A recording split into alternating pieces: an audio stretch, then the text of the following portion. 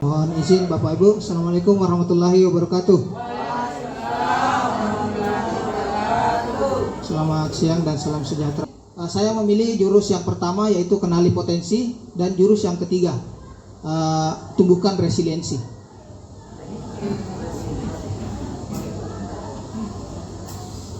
Ya, jadi latar belakang kenapa saya memilih jurus ini. Yang pertama jurus kenali potensi. Yang pertama adalah banyak siswa yang belum mengenali potensi diri, bakat dan minatnya.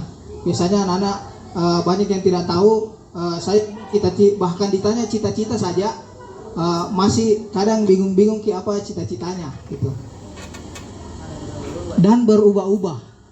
Latar belakang jurus saya memilih jurus tumbuhkan resiliensi adalah siswa sering menghadapi tekanan akademik, tuntutan tugas, dan masalah pertemanan yang membuat mereka bisa stres. Jadi anak-anak kita sekarang banyak yang stres, karena banyak tuntutan akademik, tugas-tugasnya, dan masalah-masalah pertemanan atau sosialnya yang membuat mereka mengalami tekanan atau stres. Kemudian alasan yang kedua adalah latar belakang yang kedua, kemampuan bangkit dan daya bertahan atau sering disebut dengan daya lenting itu sangat dibutuhkan oleh para siswa.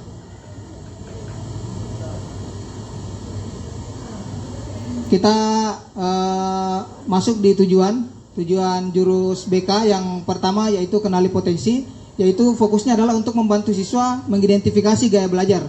Tujuan saya memilih jurus untuk menumbuhkan resiliensi adalah agar siswa mempunyai kemampuan untuk bertahan, beradaptasi, dan bangkit kembali dari kesulitan.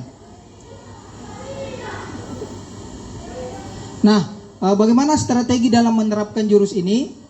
Secara umum konsep yang digunakan adalah konsep ARKA. Mungkin Bapak Ibu sudah tidak asing dengan pendekatan pembelajaran experiential learning yang di dalamnya ada konsep yang namanya ARKA. Strategi yang saya gunakan untuk jurus pertama yang untuk mengenali potensi adalah tes gaya belajar. Tes gaya belajar yang digunakan di sini adalah di website atau aplikasi akupintar.id. Akupintar.id ini mungkin aplikasi yang sudah banyak dipakai, sudah sangat dikenal. Sifatnya mungkin masih sangat sederhana, tapi insya Allah mudah-mudahan hasilnya bisa sangat bermanfaat untuk siswa. Yang pertama, alur aktivitas ARKA yang pertama yaitu aktivitas. Yang pertama, siswa mengerjakan asesmen gaya belajar pada website akupintar.id. Kemudian setelah keluar hasilnya, kemudian dikelompokkan sesuai dengan hasil gaya belajar tersebut. Yang kedua, refleksi. Yang pertama, siswa diajak untuk merefleksi tentang kesesuaian, apakah hasil tersebut sesuai dengan hasil yang mereka dapatkan dari hasil tes gaya belajar itu sesuai dengan kebiasaan belajar mereka selama ini. Kemudian yang kedua, membandingkan dengan pengalaman belajarnya, apakah pengalaman belajar mereka yang selama ini mereka lakukan itu cocok tidak dengan hasil tes dari aplikasi ini. Kemudian yang kedua, bagaimana siswa memahami tentang preferensi belajarnya terhadap kenyamanan mereka, fokus mereka, dan efektivitas dalam pembelajaran sesuai dengan hasil tes gaya belajar yang sudah mereka kerjakan. Selanjutnya, aktivitas selanjutnya ARK, berarti selanjutnya adalah K, konseptual. Masuk di konseptual yaitu penjelasan tentang teori gaya belajar. Seperti yang kita ketahui ada 3 gaya belajar: visual, audio, dan kinestetik. Kemudian selanjutnya menghubungkan hasil tes gaya belajar, hasil tes yang tadi mereka kerjakan di bagian aktivitas dan refleksi, yang dihubungkan dengan teori-teori yang dijelaskan oleh guru BK. Kemudian yang selanjutnya adalah aplikasi. Yang terakhir, sesuai dengan hasil tes gaya belajar tersebut yang sudah mereka kerjakan sendiri, anak-anak diarahkan untuk menyusun strategi belajar yang sesuai dengan gaya belajar mereka yang sudah mereka lihat dari hasil tes tersebut. Kemudian yang kedua, mengatur lingkungan belajar agar sesuai dengan gaya belajar. Misalnya anak-anak yang auditori, biasanya anak-anak itu suka mau ceritanya atau apa, mungkin anak itu secara sederhana bisa dibilang potensinya mungkin gaya belajarnya visual. Kemudian menyesuaikan pola belajar dengan hasil tes gaya belajar yang sudah mereka dapatkan. Ini beberapa dokumentasi kegiatan. Saya melakukan jurus ini di kelas 81. seperti yang Bapak Ibu lihat, anak-anak sangat antusias walaupun ada beberapa kendala ya. Jadi kendala yang dihadapi, yang pertama jaringan dan akses ke dalam website yang terbatas. Jadi karena ini sifatnya online, maka kita sangat bergantung dari kualitas jaringan, dan websitenya juga kadang menunggu sekitar ada yang 5 menit, ada yang bahkan sampai 10 menit. Jadi itu salah satu kendalanya. Kemudian terdapat siswa yang kurang memahami instrumen yang digunakan. Banyak anak-anak ada beberapa anak-anak yang kurang memahami, Pak, apa maksudnya kata-kata ini? Apa maksudnya kata-kata ini? Jadi itu kendala yang dihadapi sewaktu pelaksanaan implementasi jurus ini. Kemudian solusi untuk menghadapi masalah tersebut, kendala tersebut adalah yang pertama, untuk masalah jaringan, kami mengarahkan siswa untuk bergeser ke tempat yang lain yang mungkin jaringannya lebih bagus. Kemudian yang kedua, untuk bahasa yang kurang dipahami anak-anak, menjelaskan maksud dari pernyataan dari asesmen tersebut. Selanjutnya, hasil yang dicapai berdasarkan penerapan jurus ini, kenali potensi yang berfokus pada asesmen gaya belajar, diperoleh gambaran menyeluruh tentang preferensi belajar para siswa, apakah dia visual, auditori, kinestetik, atau kombinasi dari beberapa.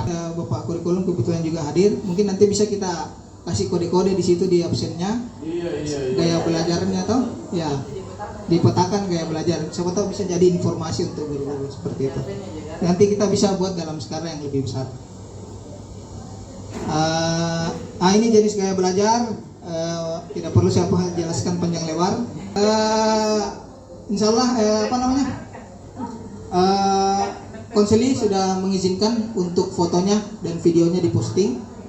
Tapi yang kami tampilkan hanya fotonya saja. Yang pertama, konseling individu. Tahap pembukaan kita di BK itu untuk tahap pembukaan mengenal istilah attending, bukan attendang ya, attending. Untuk ini gunanya attending untuk membangun membina hubungan yang baik dengan konseling. Nah, dalam jurus ketiga ini ada namanya teknik model burger. Bapak Ibu mungkin sudah tidak asing ya dengan burger. Jadi burger itu ada roti di atasnya, ada daging di tengah atau keju, ada lagi roti di bawahnya. Secara sederhana, ya. Jadi dalam teorinya yang dimaksud dengan teknik burger adalah bagaimana pertama ketika kita menghadapi siswa, kita mengapresiasi terlebih dahulu, kemudian baru dikoreksi, baru ditutup lagi dengan apresiasi. Jadi untuk membina hubungan yang baik dengan siswa, teknik burger ini bisa jadi sangat efektif. Karena banyak mungkin dari kita ketika menghadapi anak-anak yang bermasalah langsung dikoreksinya dulu, gitu. Jadi ini cenderung tidak membuat siswa kita terbuka. Tapi kalau misalnya kita mencoba untuk menggunakan teknik burger ini, pertama kita apresiasi, kemudian koreksi dan apresiasi kembali, maka siswa terdorong untuk lebih terbuka. Nanti contohnya ada di slide berikutnya. Kemudian selanjutnya tahap peralihan. Jadi setelah tahap pembukaan ada tahap peralihan. Ini gunanya untuk transisi agar konseling lebih siap untuk memasuki di tahap inti. Nah, disinilah teknik ARKA tadi saya coba integrasikan dengan teknik konseling REBT. Kemudian setelah itu ada juga ilustrasi untuk membuat sebuah bangunan dari selembar kertas. Selanjutnya refleksi dari pengalaman di aktivitas di langkah aktivitas. Selanjutnya siswa diarahkan untuk merefleksi. Yang pertama, bagaimana pengalaman tersebut berhubungan dengan situasi dirinya. Yang kedua, mengidentifikasi pola pikir negatif atau irasional. Setelah itu, masuklah di tahap konseptual. Nah, di dalam jurus ini Bapak Ibu, selain tadi istilah apa tadi yang pertama istilahnya model burger.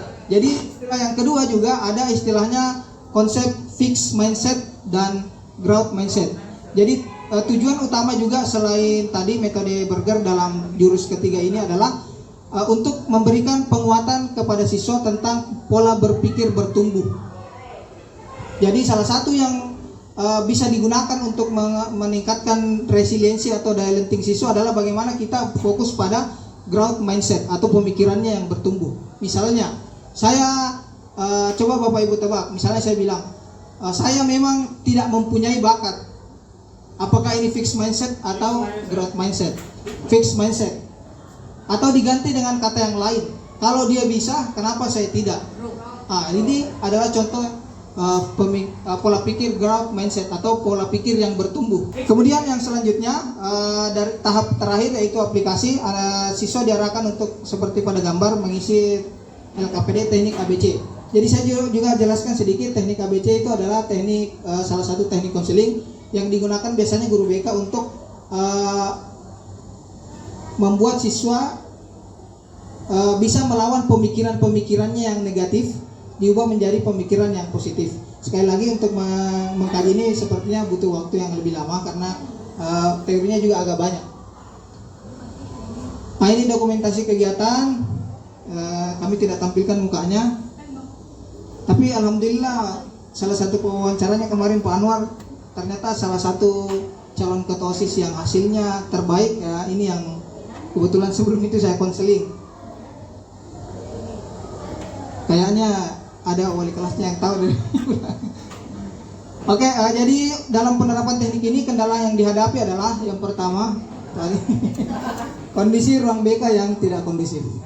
Jadi waktu kami merekam itu konseling tadi burger, fixed mindset, growth mindset. Yang pertama, siswa mampu mengenali sumber ketidakpercayaan diri, memahami kekuatan serta potensi pribadinya, dan mengembangkan cara berpikir yang lebih positif. Identifikasi pola fixed mindset dan growth mindset. Kemudian siswa belajar mengelola tekanan, menghadapi kritik, dan mempertahankan motivasi. Kemudian di dalam setiap pelayanan bimbingan dan konseling Bapak Ibu, kami itu ada 2 evaluasi. Evaluasi proses dan evaluasi hasil. Dalam evaluasi proses, anak-anak diberikan angket untuk menilai bagaimana proses konseling yang dijalani bersama konselor. Ini menunjukkan hasil dengan kategori sangat baik. Kemudian untuk evaluasi hasil yang digunakan untuk menilai hasil dari konseling tersebut, hasilnya juga berada pada kategori yang baik pula. Nah, ini penjelasan serpihan-serpihan penjelasannya karena sebenarnya banyak sekali penjelasannya. Kami masukkan saja yang penting Bapak Ibu ketahui. Jadi daya-lenting itu adalah kemampuan untuk bangkit kembali setelah menghadapi kesulitan. Kemudian ada istilah pola berpikir bertumbuh seperti yang disampaikan tadi sebelumnya, growth mindset, neuroplastisitas. Jadi neuroplastisitas ini secara singkat maksudnya adalah ketika kita mengalami pengalaman-pengalaman baru, sel-sel yang ada di dalam otak kita itu koneksinya jadi semakin banyak. Semakin banyak pengalaman yang kita peroleh, koneksi itu akan semakin membuat kemampuan berpikir kita semakin bertumbuh. Nah, ini beberapa asesmen-asesmen yang angket-angket yang bisa kita gunakan. Nah, ini tadi Bapak Ibu semua bisa fokus di sini. Perbedaan antara fixed mindset dan growth mindset, misalnya dari segi kesuksesan, saya bisa sukses jika punya bakat. Bisa gak sukses kalau ada bakatku? Jadi ini contoh fixed mindset. Nah, growth mindsetnya adalah saya bisa sukses ya karena saya berusaha, gitu. Kemudian kegagalan, saya menyerah. Nah, ini contoh fixed mindset. Kalau kita ubah menjadi growth mindset, maka kita bisa bilang saya akan coba lagi, gitu. Untuk kesulitan misalnya saya tidak bisa, diganti dengan kata saya belum bisa. Berarti ada keinginannya untuk mencoba kembali dan seterusnya. Nah, ini tadi Bapak Ibu semua yang saya maksud tadi, ini burger. Diawali dengan apresiasi, di tengahnya baru dikoreksi, baru ditutup lagi dengan apresiasi. Misalnya Bapak mengapresiasi, kamu sudah mengerahkan upaya terbaikmu. Itu mengapresiasi. Kemudian masuk di bagian koreksi, tapi kita di sini di bagian koreksi pelan-pelan juga, tidak langsung masuk di bahasa intinya koreksi itu. Kalau mentong itu, begitu mentong. Tidak begitu juga, walaupun ini urutannya seperti itu, tapi dibalut juga dengan kata-kata. Misalnya, bagaimana agar kamu bisa mengurangi waktu nonton dan mengalokasikan lebih banyak waktu untuk latihan. Nah, itu kesannya mengkritik, tapi dengan bahasa yang lebih mudah diterima oleh anak-anak. Sekian dan terima kasih. Mungkin cukup dari saya. Kurang dan lebihnya mohon dimaafkan. Assalamualaikum warahmatullahi wabarakatuh.